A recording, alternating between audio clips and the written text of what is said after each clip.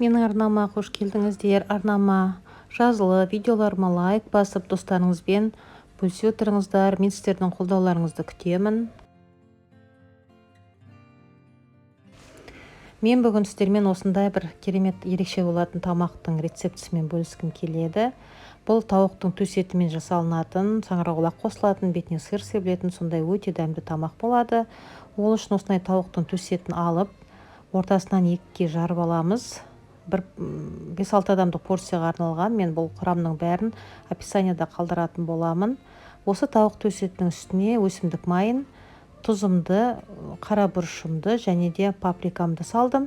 Егер сіздер тағы да қалаған кез келген дәмдеуіштеріңіз болса салуға болады. Маған осы жеткілікті. Және де 3 чеснокты осылай теркіден өткізіп салып, жақсылап тұрып араластырып тауығымды бір 30-40 минутқа осылай маринадтауға қойып қойдым.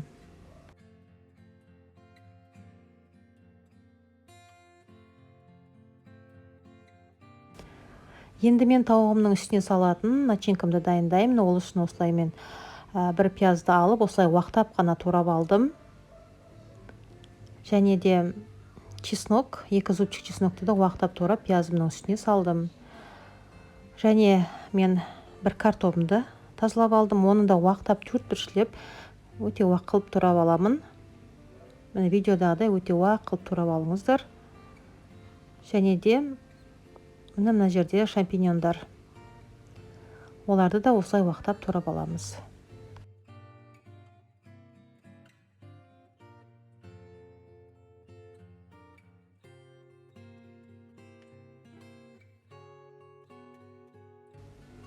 Енді қызып тұрған майыма мен жаңағы пиязымнан бастап қуырып бастаймын. Пиязымды салып 3-4 минуттай пияздың кішкене қуырып аламын пиязды осылай. Және осының үстіне қазір уақ туралған картопымды салып, бір 7-8 минуттай жай отта ғана қуыратын боламын. Кішкене картопым сәл жартылай дайын болғанша мен жай отта араластырып отырып қуыра беремін. Енді осының үстіне мен шампиньондарымды салдым, уақтап туралған. Енді осыны астындағы отын бұл кезде кішкене күшейтіңкіремін. Жайлап араластырып отырып, шампиньонмен бірге қуырамын. Енді осы жерде мен қазір тұзымды және бұрышымды салдым. Тұз бен бұрыштан басқа ештеңе салмадым. Егер сіздер қаласаңыздар, кез келген дәмдеуіштерді, приправаларды салуға болады осы жерде. Міне осылай салып, жақсылап тұрып араластырып, былғай отырып араластырып қуырып аламын.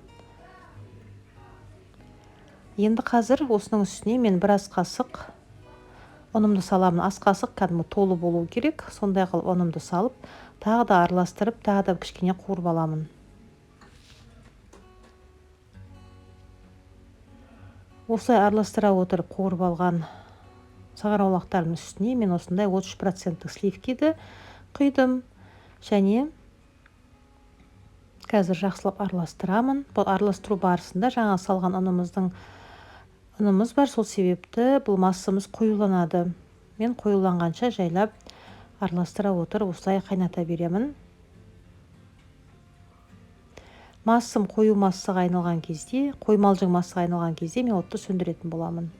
Міне осындай масса кезінде мен оттан аламын және басқа ыдысқа салып суытып қоямын. Енді жаңадан бері маринадтап қойған тауық етін мен қызып тұрған майыма салып, екі жағын қызарғанша жақсылап тұрып қуырып аламын.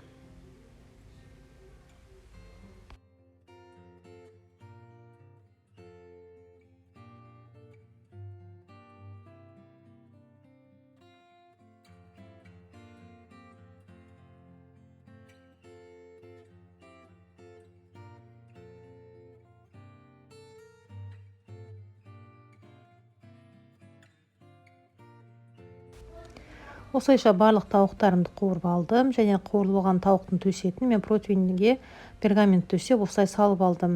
Енді жаңағы біздің начинкамыз суып тұрған, соны осы тауықтарымның үстіне молынан саламын. Барлық начинкамды осы тауықтарға бөліп үстіне салып тастаймын.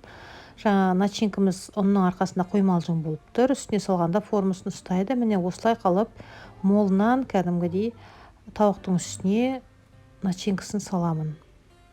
Енді осы начинка салынған тауықтың үстіне енді осындай жақсы моцарелла сыры менде теркіден өткізілген.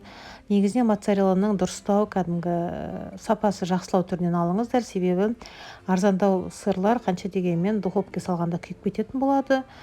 Осылай ірі көзден өткізілген сырды бетіне салып 80 градуста 20-25 минут пісіріп аламыз. Міне менің тамағым пісіп жатыр. Дәмі деген керемет болады. Иісі итінің мұрнын жарып тұр. Мен қазір қасына гарнирге осылай фри жасадым және қиярымды қойып осылай ұсындым.